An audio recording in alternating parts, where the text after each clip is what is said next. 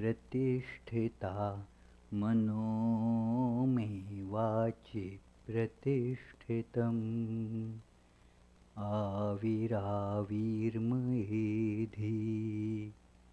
वेदस्य महाणीस्थ श्रुतं मे मा प्रहासीः अनेनाधीतेनाहोरात्रान् सन्दधामि ऋतं वदिष्यामि सत्यं वदिष्यामि तन्मामवतु तद्वक्तारमवतु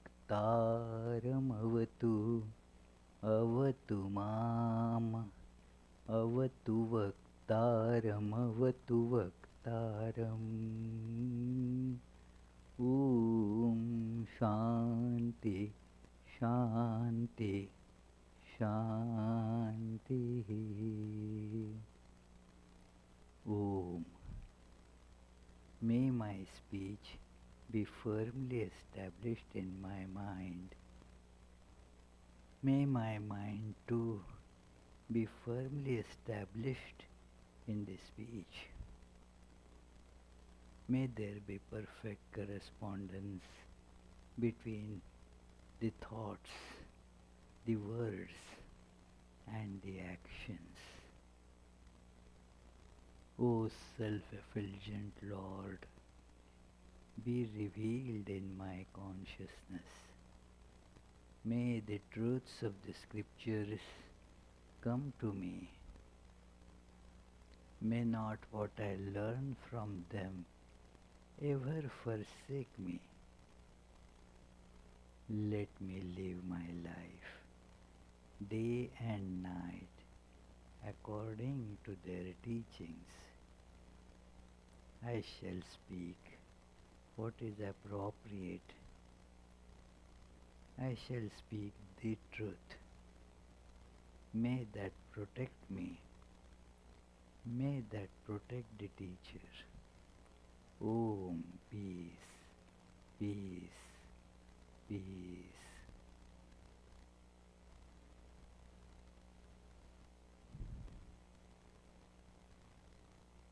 Let us feel our true divine nature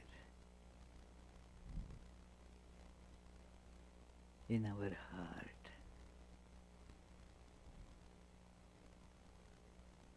As a steadily burning candle flame.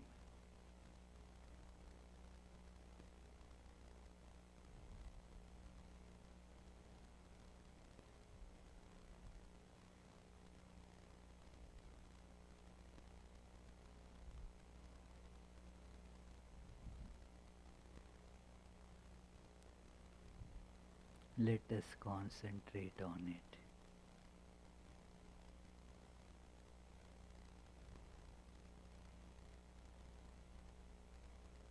With concentration,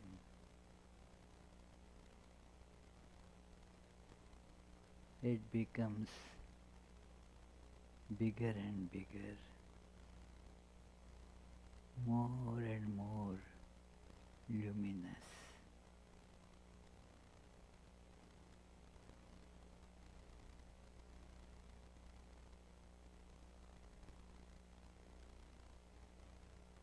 I see it has filled my whole being.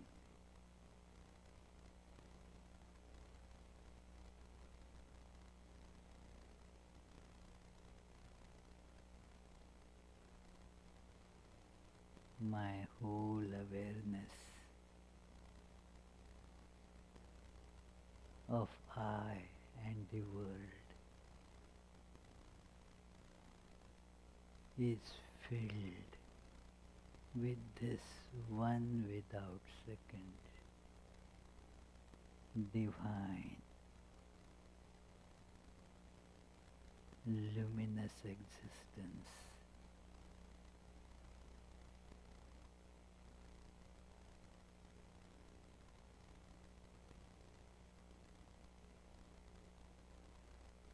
All separations are dissolved.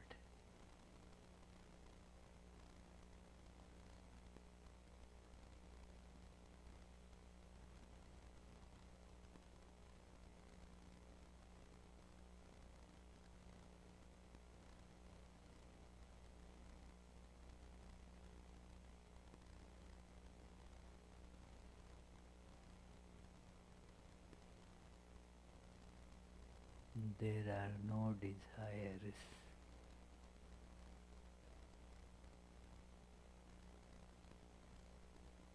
So the natural bliss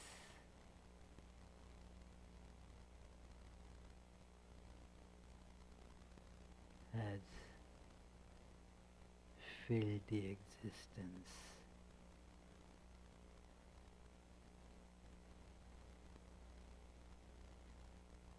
All is bliss.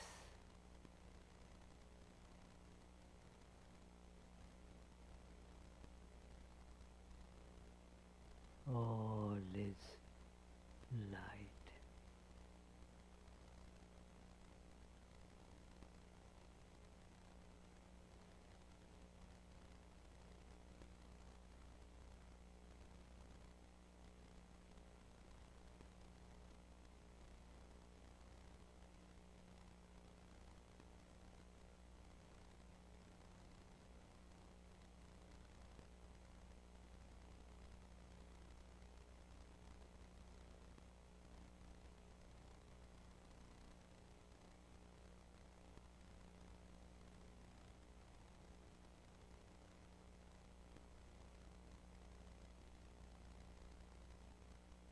This infinite, blissful existence itself, beyond all forms, beyond all limitations, has mysteriously assumed a human form.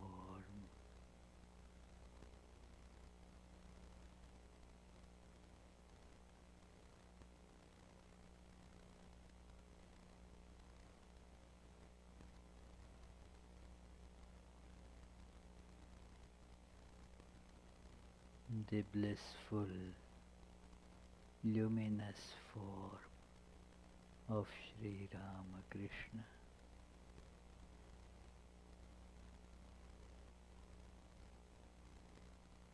Om, peace, peace, peace.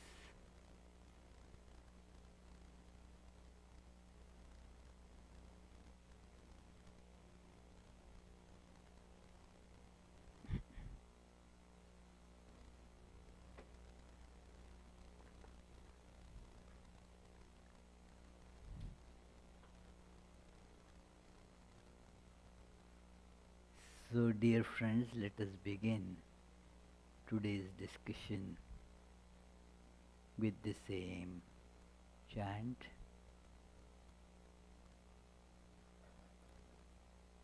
Tava kathamritam tapta jivanam kavibhiriditam kalmashvapaham Shravanamangalam Shrimadattatam Bhuvi grinanti te Bhurida jana.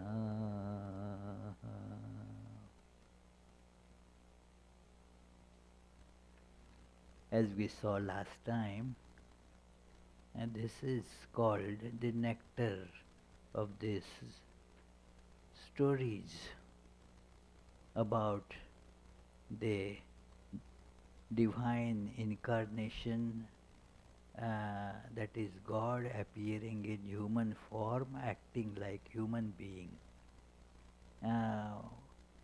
What it does is, because the appearance is human, we can connect to it. we can talk to that person who is actually God, incarnate as a human being. And thus it helps to experience uh, that we are also God. If that person is God, mm, and I am just like that person is God, so who am I? I also am God. So that is how this idea of divine incarnation is, that that God becomes man so that man may become God. So, and why it is called the nectar, means that prevents anybody from dying, is because the death is that of body, birth and death. Body is born, keeps on changing, and that change takes a definite, a different form when we call it is dead. So it is all connected to body, and because I am identified with body, I am also born, I also die. This should be clearly understood. The moment I see that I am not the body, now the word birth and death do not become even applicable to me. They do not mean anything because it is about the body. It is not connected with me. So I become immortal by knowing this truth. And thus, that which makes me know this, know that I am not body, that therefore is called nectar. That you know now that it is, you are not the body. In fact, you are the existence itself. How can it become non-existent? Existence remains as existent. That which was appearing as existing, that only comes and goes. That which is, its isness never goes away. And that is very beautifully explained in Bhagavad Gita, second chapter, in the verse Nasato vidyate bhavo, na bhavo vidyate satah.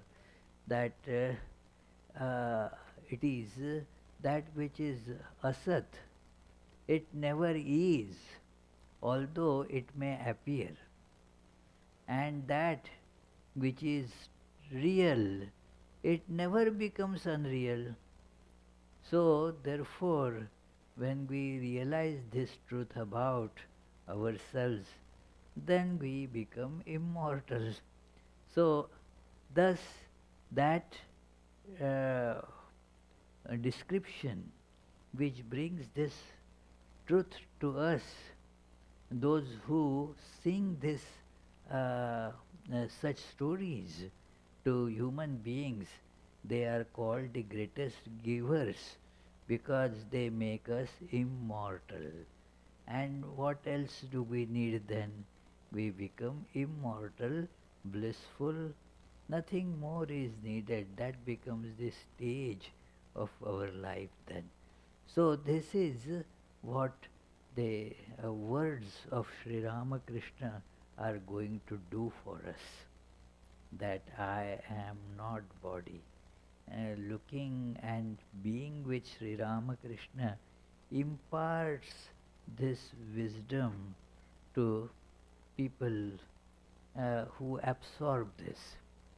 So it is how much we absorb, to that extent the benefit comes to us. And the extent of absorption. So somebody like Vivekananda could absorb everything very clearly as it is. So perfect absorption. But we can try at our level as much as, even if we absorb a drop, that's great. So this is, it appears from all evidences that M, this Mahendranath Gupta, was divinely ordained to take up this job of recording teachings of Sri Ramakrishna. It is really amazing to see how he did this job. He had no idea to publish these. He, as we saw last time, he says that he is an habitual diary writer from 1867, much before he went to Sri Ramakrishna, much before he even finished his middle school. He was writing the diary. And then that habit, he mentions here that it was Sri Ramakrishna who really put this habit in me to get his work done, that to write a diary. So it is said, and then we have a very important, nice description here, that from this book about M. Mahendranath Gupta, the recorder of the Gospel of Sri Ramakrishna by Swami Chetanananda. So this book says that Sri Ramakrishna knew that M would be giving all these words, and so he wanted to see if M understands correctly, if M gets what he is telling exactly as it was given, so that there is no distortion. So he would ask M, hey, what did I tell earlier that day, how did you like it? And would tell him to, okay, repeat it to me. So let us read some of that Ramakrishna's contribution to M's work. So Ramakrishna's life was based on truth, so every one of his words was true. He said that the Divine Mother had never allowed an untruth to pass through his lips. The omniscient Master knew that M was preserving his message. So from time to time he corrected M's ideas to make sure they were accurate. Although M did not tell Master Sri Ramakrishna that he is keeping the notes, he is writing all this, it is later on it got devolved on to Sri Ramakrishna that yes, he is doing this, taking these notes and all, but he did not prohibit M. He prohibited some others, but he did not prohibit M. So, but here is some pieces of conversation that how did you like today's conversation? Very much indeed. How I spoke about the Emperor Akbar. It was very good. Repeat it to me. Repeat it to me just to see if he has got it right. And then, what else did we talk about? You told us a great deal about saving up for the future. Master smilingly says, what did I say? As long as a man feels that he must try, he should make an effort. How well you told us about it at Sinti. What did I say? God takes upon himself complete responsibility for one who totally depends upon him. It is like a guardian taking charge of a minor. You also told us that at feast a child cannot by himself find a place to eat his meal. someone finds a place for him. And here Master says, no, no, that is not quite to the point. It is somehow it has you have surmised the message, but that is not what I spoke. No, that is not quite to the point. I said that the child doesn't fall if the father leads him and holds his hand. M. You also described the three classes of sadhus. The best sadhu does not move about to get his food. He lives in one place and gets his food there. You told us about that young sadhu who said, when he saw the breast of a young girl, why she has those abscesses. You told us many other things. Master smiling, what else? About the crow of Pampa Lake. So, that Pampa Lake crow story is inspiring, that it is in the Ramayana, life of Rama. So, he repeated the name of Rama day and night. That is why he could not drink the water, though he went to its edge. And about the holy man whose book was written only Om Rama, and what Hanuman said to Rama. What did he say? Hanuman said to Rama, I saw Sita in Ceylon, but it was only her body. Her mind and soul were lying at your feet. And what about the Chataka bird? Chataka bird, he will not drink anything but rain water. And about Jnana Yoga and Bhakti Yoga, what did I say about them? As long as one is conscious of the jar, the ego will certainly remain. As long as one is conscious of I, one cannot get rid of the idea I am the devotee and thou art God. And Master again applies correction. No, it is not that. The jar doesn't disappear. Whether one is conscious or not, conscious of it or not, one cannot get rid of the I. You may reason 1,000 times till it will not go. That is what Sri Ramakrishna said. That the I does not vanish just by efforts. M remained silent for a moment.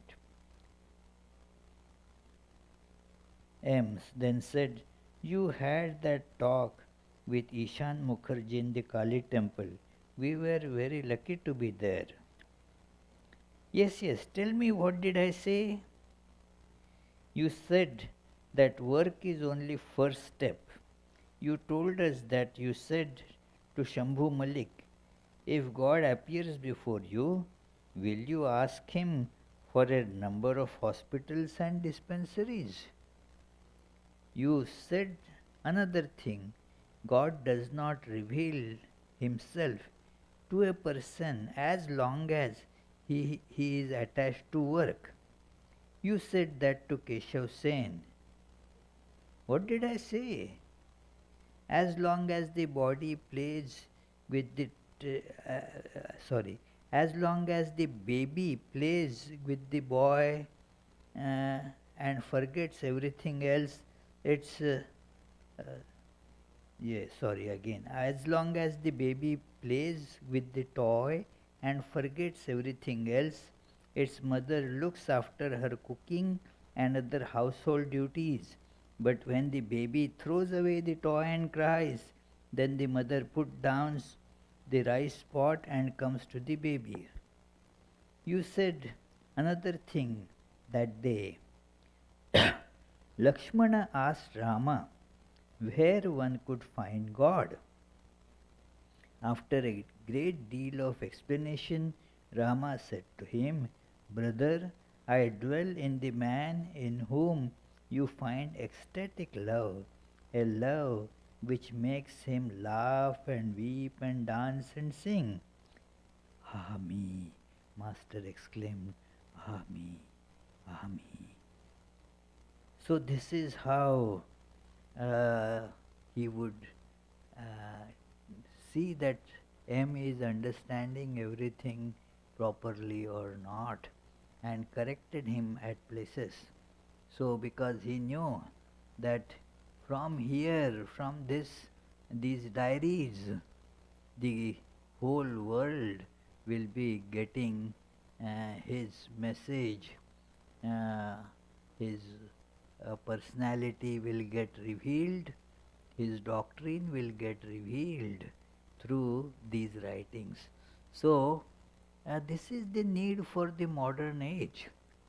In the earlier incarnations, you don't see such verbatim expression of what they said. For example, in Bhagavad Gita, you don't have the words of Krishna directly. They have been, as mentioned in the beginning of that meditation on Bhagavad Gita, Vyasena Grathitam Purana Munina, that it has been composed by Vyasa. Ah, Krishna was talking to Arjuna, but not exactly in the words as reported in Bhagavad Gita. Because otherwise we will have to assume that Arjuna and Krishna, they were having conversation in verse. We don't see people having a discussion in verse. That was not the way that Krishna and Arjuna were talking. But in the whole treatise of Mahabharata, Vyasa incorporated it in the verse form. So it was not the direct words of Lord Krishna. Jesus, the four Gospels, and there are many what are called and non-recognized Gospels. It is there is a name to that. Gnostic Gospels and such things. Gnostic Gospels. So, like the that Gospel of uh, what is he Thomas, yeah, doubting Thomas. So his gospel, thank you. His gospel is not included in the Christian Bible. That so some which they could collect, and most of them they were written much later and from hearsay. With Buddha also there is some authenticity, but uh, most of it is that is how I heard. It is the composition of that three big volumes, Tripitaka. It's a huge literature of Buddhist teachings. So that too was not verbatim taking down of Buddha's words. So now the need of this time is that people want to prove. Is there a proof that actually Sri Ramakrishna spoke like that? Who wrote it? Who took the notes? Hey, so Sri Ramakrishna was aware of the modern scientific doubting Thomases all around, you know. So the earlier they were doubting, but not in this way. Now the doubts, they have become more powerful because of the uh, so-called science standing behind them. So therefore it is important that they are written down authentically by someone who testifies that yes, that is how Sri Ramakrishna said. Uh, they, it is uh, sometimes Sri Ramakrishna tested M's understanding of specific terms that he used. On 3rd August 1884, the master talked about false and real renunciation. Because M was a family man, it was not possible for him to renounce completely. So the master asked him about him to renounce mentally. And then M narrates about what his thoughts were. Mental renunciation is prescribed for those who cannot give up the world outwardly. For superior devotees, total renunciation is enjoined, both outer and inner. Ramakrishna was silent for a few minutes and then resumed the conversation. How did you like what I said about renunciation a little while ago? Very much, sir. Master, tell me, what is the meaning of renunciation?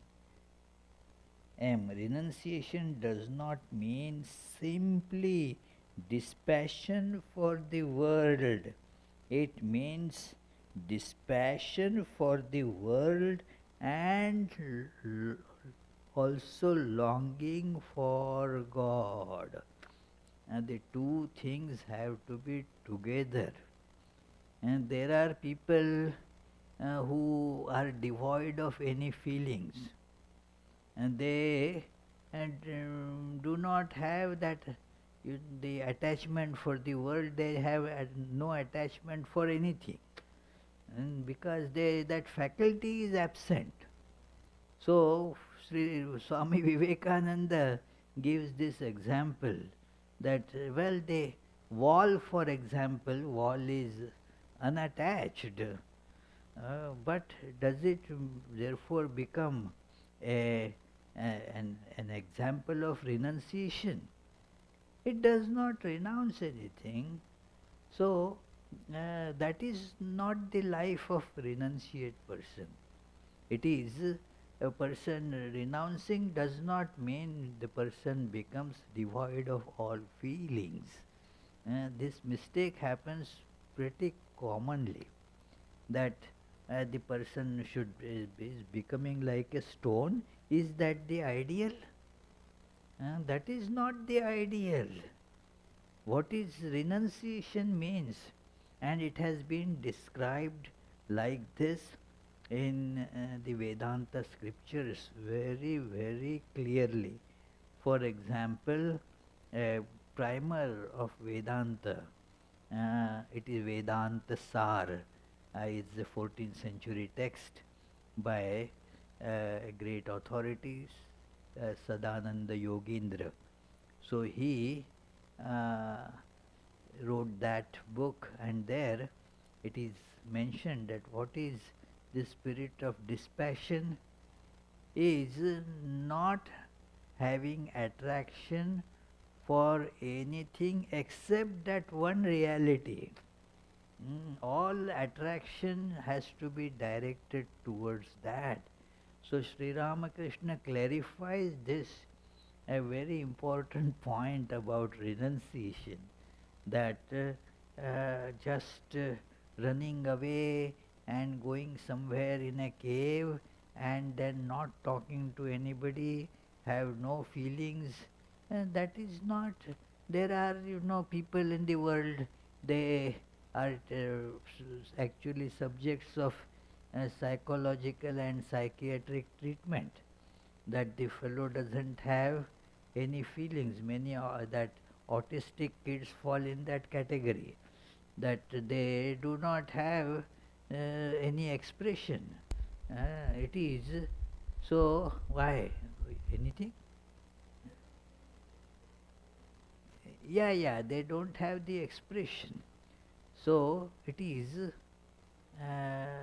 So that is one way I asked her, she has done her masters in this autism. So uh, it is, yes. So uh, very important to see that there is, that doesn't mean there is renunciation. Renunciation has this very necessary component that Sri Ramakrishna never forgot to emphasize.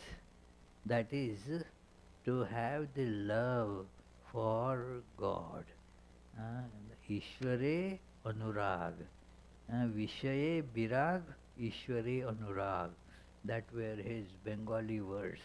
That all the objects of sensual attraction, about them there is this passion, and all that passion about it is directed to one thing only, and that is the God. So that is the proper positive Vedantic renunciation, that love for God. Uh, it is not love for forms. Uh, it is the love for forms brings nothing to you, but the love for the substance, the essence, that is God. That brings something to us. So there is this chapter on the genesis of the Gospel of Sri Ramakrishna, uh, that it is, M himself has mentioned about this, that the Master said to me, Divine Mother has told me that you have to do a little work for her. You will have to teach the Bhagavata, the word of God, to humanity.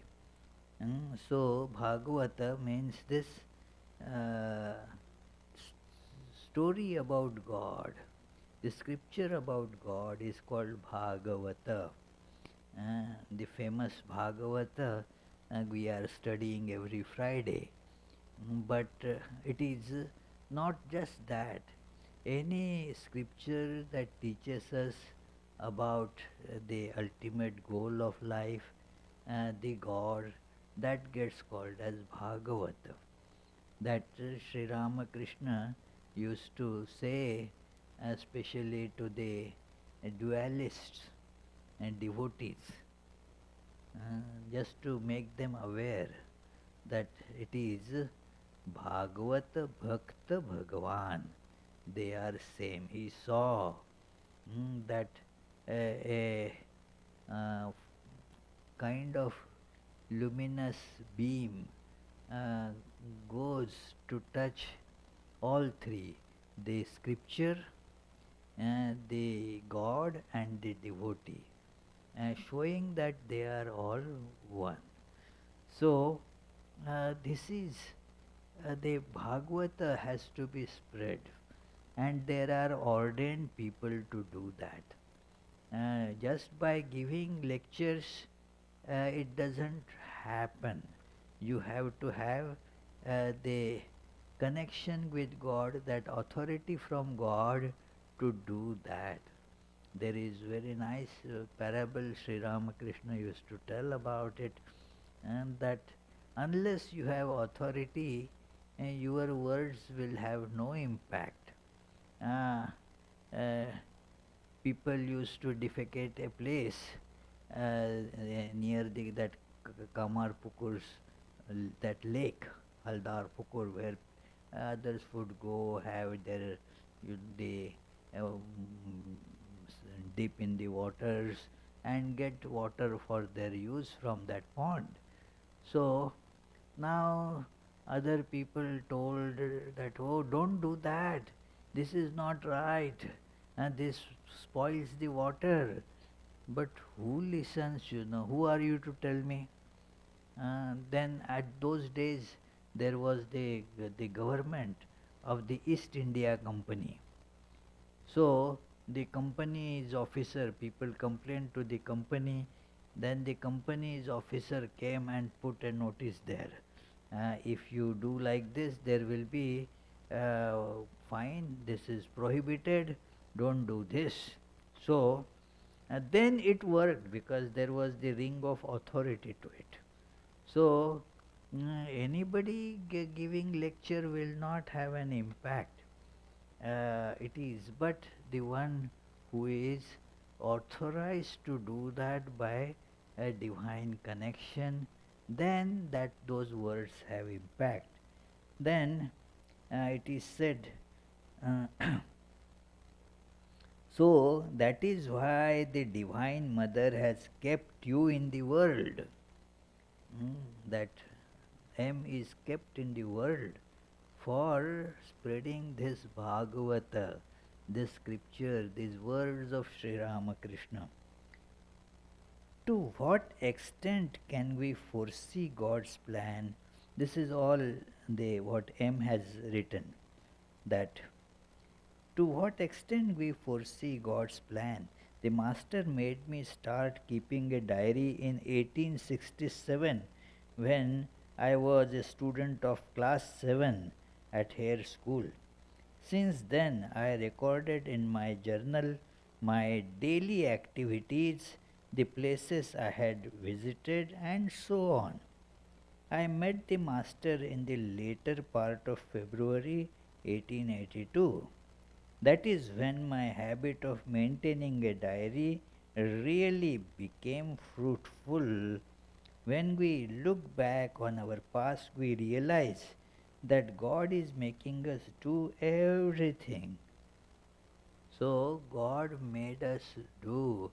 He realized that it is keeping the diary, that habit was put in him by this divine will. It is. And then we shall briefly see how these uh, mm, words that he got there, he used to just take a very cryptic that note uh, that would be like a, a just a label or a subtitle. That's it. It is like at one place he gives an example that the uh, story of the that brahmachari and snake. He wouldn't even write brahmachari and snake, and that would bring the whole that scene before his eyes. After going to home, he would visualize everything and write just an outline of it. It is like a sketch, people, sometimes artists, first they draw a sketch and then fill the colors and other details gradually. So M would do this sketch, and that itself at times took him lot of hard work. Sometimes a particular word wouldn't come to his mind, so he would restlessly meditate, trying to bring things together again and again to his memory.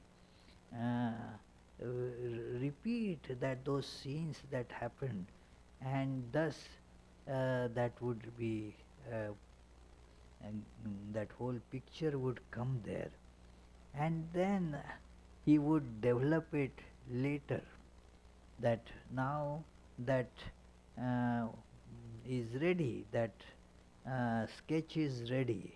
Now when he would read, the memory gets again all enlivened.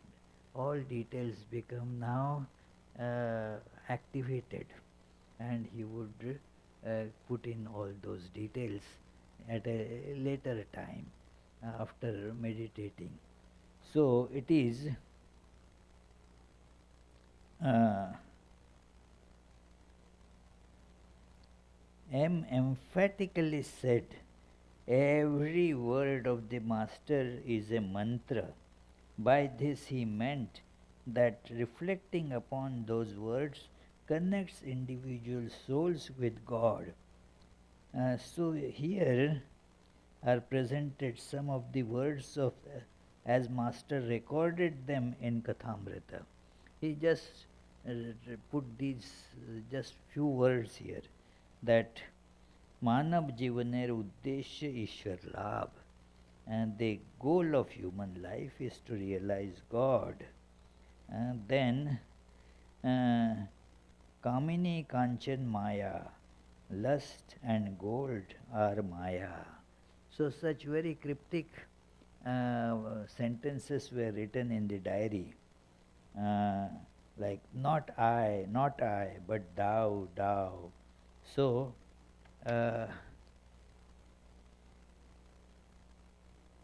and then the translation.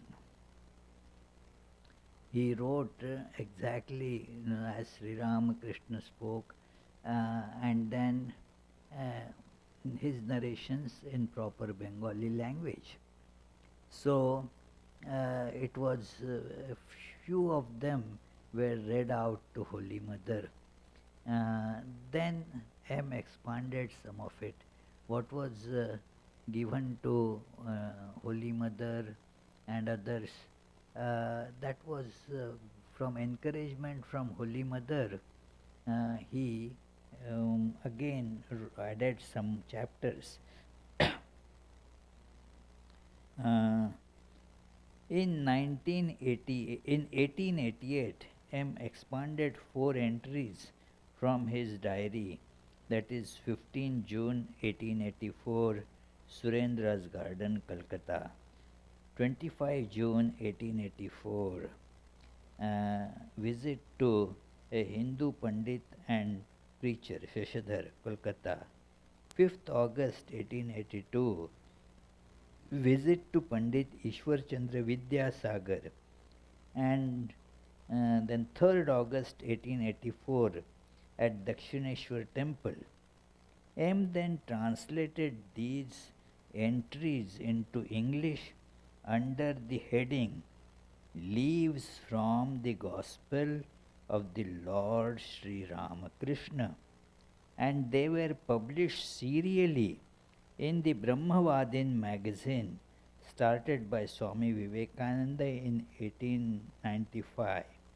On 15th October 1897, 16 November 1897, 1st February 1898 and 16th May 1898. He wrote these articles under his pen name, according to M, that M was his pen name. According to M, and that M is called a son of the Lord and servant. He also added a footnote below the title, translated by M from original records kept in Bengali by M. These records are based on notes put down from memory by M on the very day of the meeting, shortly after the meeting was over, and purport to be an attempt to give the Lord's own words as far as possible. So, he did not at all depend on what others told him. That he has in the Gospel of Sri Ramakrishna, in appendix he has put some of those things. But in the Gospel there is nothing that others told him or what he read from other sources. No other sources have been used in compiling the Gospel of Sri Ramakrishna. Then enthusiastic readers were not satisfied with these pamphlets and demanded that the entire Gospel be published in book form. M worked diligently to develop his diary entries, writing first in Bengali and then translating them into English. In 1907, M took the 4 chapters from the Brahmavadin, added 10 more chapters, and produced a book entitled The Gospel of Sri Ramakrishna, according to M, a son of the Lord and disciple. That is a little change. Uh, M added a subtitle, or the ideal man for India and for the world. The description of Sri Ramakrishna was added. This publication, part 1 of the Gospel, was published by Brahmavadin Office, Madras. It consisted of 386 pages. In its second edition, M deleted the subtitle. Of this Gospel, M wrote, "It is no sentence by sentence translation, but M's own rendering of his thoughts rather than language, directly into English with many elaborations and elucidating repetitions." In 1912, Swami Trigunatitananda of the Vedanta Society of San Francisco published this first edition of the Gospel. So that is how this word Gospel of Sri Ramakrishna, it was sometimes people feel it was the title given by Swami Nikhilananda. No, this was given by M himself. The English of the first edition was archaic, a kind of evangelical language. Thou thinkest, thou comest, thou askest, thou art, and so on. When M made revisions for the second edition, he freed it from its biblical terms and expressions. This edition was published in 1911 by Ramakrishna Mutt, Madras. By that time, Ramakrishna Mutt, Madras had started its publication department. The Madras Mutt published several more editions, and this work was in circulation until 1942. When the complete translation of the Gospel of Sri Ramakrishna, which contained all 5 volumes of the original Kathamrita by Swami Nikhilananda, came out in 1978. In 1978, the Madras Mutt reprinted M's version under the title Condensed Gospel of Sri Ramakrishna. That you can see, it is probably maybe available in the bookstore, or certainly it is in the library. It is, don't confuse it with abridged edition of Gospel of Sri Ramakrishna. That is a different book. That is, abridged is from the Gospel published by Vedanta Center in New York and Ramakrishna Mutt in Madras. Both that is removing, some of the repetitions. That is abridged edition. Many things have been removed, and a smaller version of that is presented as abridged edition. But this condensed gospel published by this Madras Mutt, it is again in 1942 it was discontinued, but again in 1978 it was reintroduced with this title, that the condensed gospel of Sri Ramakrishna.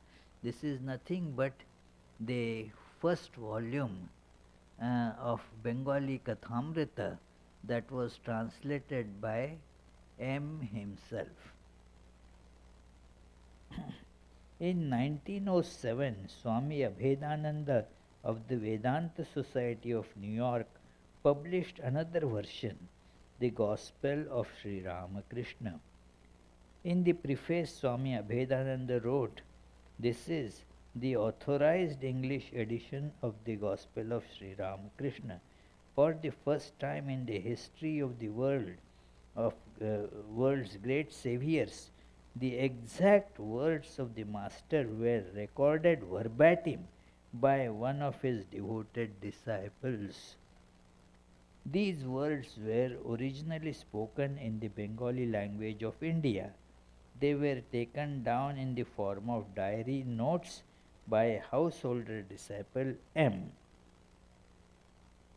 M wrote to me letters authorizing me to edit and publish the English translation of his notes and sent me the manuscript in English, which he himself translated. At the request of M, I have edited and remodeled the larger portion of his English manuscript, while the remaining portions I have translated directly from the Bengali edition of his notes. Although Swami Abhedananda's edited version of the Gospel received many favorable reviews from American papers and was translated into Spanish, Portuguese, Danish, Scandinavian, and Czech, it lacks the flavor and the style of M's original. M later remarked that Swami Abhedananda added his own reminiscences to the book. In 1939, Ramakrishna Vedanta Mutt republished this book as the Memoirs of Ramakrishna. That is how that book changed after the disapproval from M. That book was not printed in that name, the Gospel of Sri Ramakrishna. Then there are some other attempts. In 1922, Ramakrishna Mutt Madras published an English translation of the volume 2 of Sri Ramakrishna Kathamrita without consulting M, who was still alive. The material of this volume first came out serially in Vedanta Kesari. M disapproved and requested Swami Shivananda, the president of the Ramakrishna order, to stop the publication. Vedanta Kesari discontinued the series, but the Madras Mutt published this material as volume 2 of the Gospel. This volume was edited by a Westerner and the second edition was published in 1928. Then it was withdrawn as it did not meet the author's approval. Regarding this volume 2, M commented, even a student of 8th grade translates from Bengali into English. Translation is not an easy thing. One should transmit the idea and the mood. A literal translation is not enough. Western people do not understand the Bengali language. While talking, the master would express an idea with a living feeling. In my translation, I have tried my best to convey the same spirit by preserving his words as far as possible. So, this is how this edition of Gospel took place. So, it is M was very particular about his record of the Master's word. It was extremely painful for him if his work was translated in a distorted form. Swami Avyaktananda began to publish the translation of the other volumes of the Kathamrita in Morning Star, a magazine in Patna. On May 17, 1930, M wrote to him, Dear Avyakta Babaji, my love and salutations to you all. The translation of the Gospel in the Morning Star is, I regret to say, not satisfactory to me. Being an eyewitness, I naturally want the spirit to be kept up in the translation. Moreover, the report of a meeting should not appear in a mutilated form. The translation should be done by myself. You may do the work after my passing, which is by no means a distant contingency. I am 76 and my health is not at all good. It is painful to see the gospel presented in this way. I do not approve of the translation which has appeared as volume 2 from Madras. So that is the history about what happened while he was alive. There are some more attempts about this and other publications, other translations of M, and then also there is now even Bengali. Not that the translation has been changed, but the translation published by Udbodhan, not translation, the original Kathamrita, the Bengali published by Udbodhan is arranged according to chronology, I mean according to the dates. Original Kathamrita was not according to the chronology. The one conversation from 1882, and then next page there may be conversation of 1885. So, and then in another volume there will be some other. So there was no chronology. So, and M did not want that. But whether M wanted or not, that is another thing. But for the convenience of the readers, Udbodhan office, when they, what is called copyright condition was gone after his passing away in 1981, the Gospels were published in by many publishers, and Udbodhan published it a few years later with chronology and added notes. Anyway, we shall discuss some of that in our next class next Tuesday. So, any questions? Yes, please. Two things. Why did Swami Nikhilananda translate it if M had already done it? And did M approve of that translation? Well, Nikhilananda did not publish anything while M was alive. So therefore M didn't have the chance to disapprove Nikhilananda's translations. We don't know if he would have approved or not approved. The point is that M had an idea, and while his understanding that it is Kathamrita, that as he wrote, as he understood, was very good. But then the nature of the English language that he was used to went on changing, and so therefore many disapproved of the way that English was presented there. Like we read, many said that M's translation was not very good. So even when you now read that condensed gospel of Sri Ramakrishna, it is not a very lucid, readable account. Yes, Teresa? The chronology, can you explain that? Why it was not in chronological order? It was by topic then instead of by... Well, you were not there, right? Not only I was not there, but I do not even, I have no idea why it was done like that.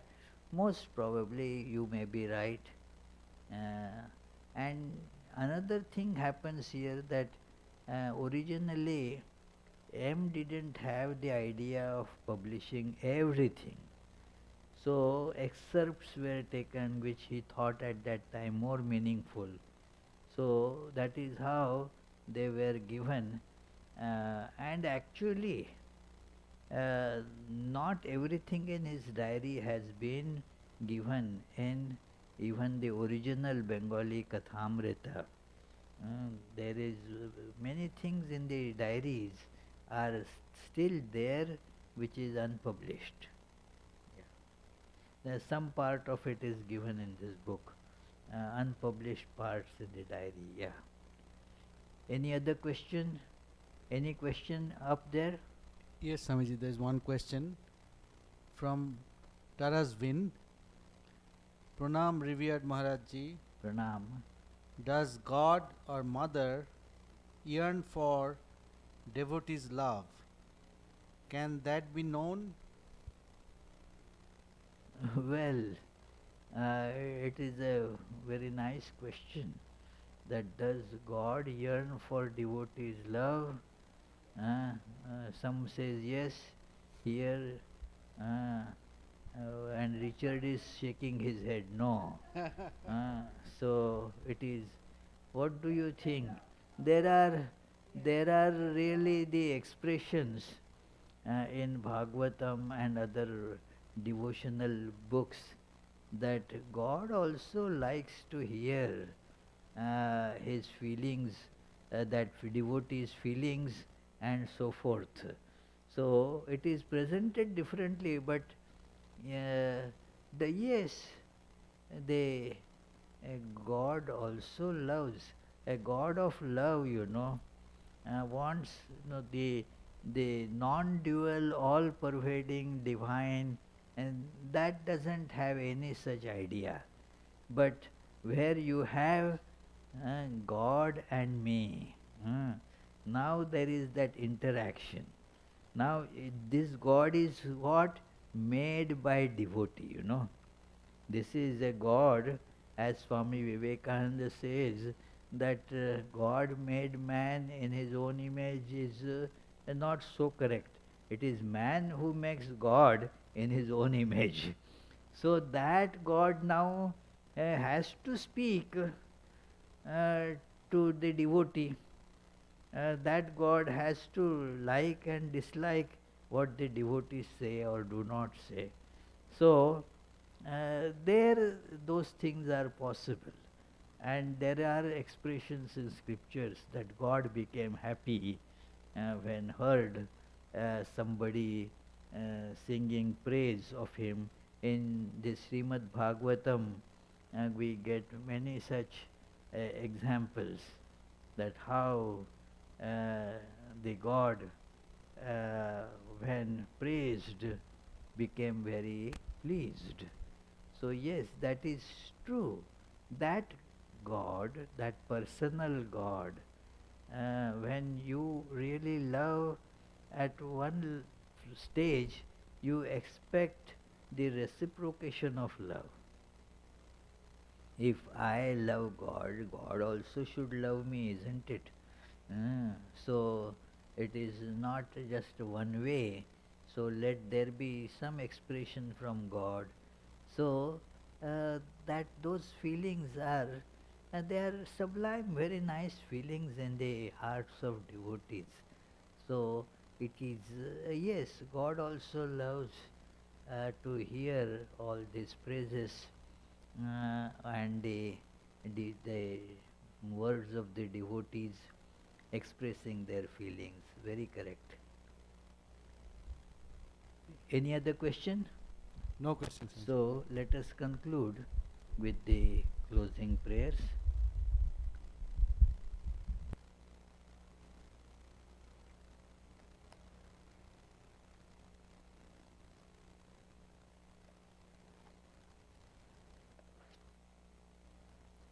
May the Divine, who is Father in heaven of the Christians, Holy One of the Jewish faith, Allah of the Muslims, Buddha of the Buddhists, Tao of the Taoists, Great Spirit of the Native Americans, Ahur Mazda of the Zoroastrians, and Brahman of the Hindus. Lead us from the unreal to the real, from darkness to light, from death to immortality.